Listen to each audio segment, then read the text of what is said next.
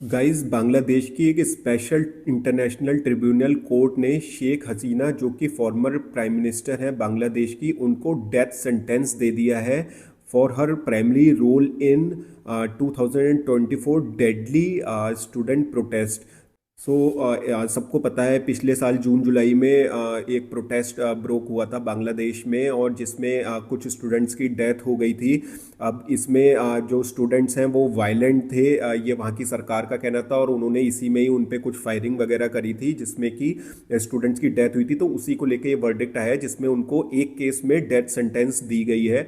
और शेख हसीना तभी से ही उन्होंने बांग्लादेश छोड़ दिया था। बहुत ज़्यादा वायलेंस एरप्ट हो गई थी, तो वहाँ के शेख हसीना को छोड़ के भागना पड़ा था और इंडिया में उन्होंने शरण ले ली थी। तो तब से वो इंडिया में ही रह रही हैं।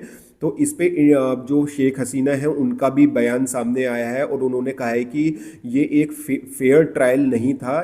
She also said that she is not afraid to face accusers, but एक प्रॉपर ट्रायल होना चाहिए जो कि न्यूट्रल हो, जो कि बायस्ड ना हो। शेख हसीना का कहना है कि यह बायस्ड था, और ये उन लोगों ने ट्रायल किया है जो वो उस गवर्नमेंट ने किया है जो कि डेमोक्रेटिकली इलेक्टेड नहीं है, जो कि यूनुस खान जो है वहाँ के इलेक्टेड नहीं है डेमोक्रेटिकली। तो ये जो है ये एक फेयर ट्रायल नहीं हुआ है। इसके अलावा उन्होंने कहा ये पॉलिटिकली मोटिवेटेड ट्रायल था और बायस था। Hasina strongly rejected the tribunal ruling, calling it biased and politically motivated. उन्होंने इसको रिग्ड भी कहा है, और कहा है कि ये unelected government with no democratic mandate, ये उन्होंने ये ट्रायल करवाया है।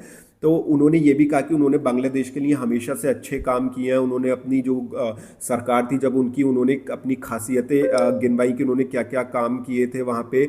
और उन्होंने इसके साथ ही ये कहा कि ये जो उनकी पार्टी है अवामी लीग, उसको वीक करने का और वो कभी बांग्लादेश लौट ना पाए वो करने का काम वहाँ पे किया जा रहा है।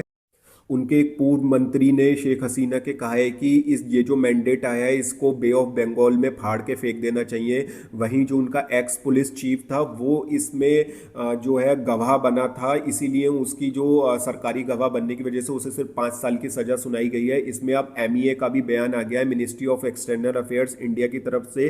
तो ministry of external affairs said that it has noted the verdict. MEA emphasized that as a close neighbor, India is committed to the best interest of the people of Bangladesh, especially in terms of peace, democracy, inclusion and stability।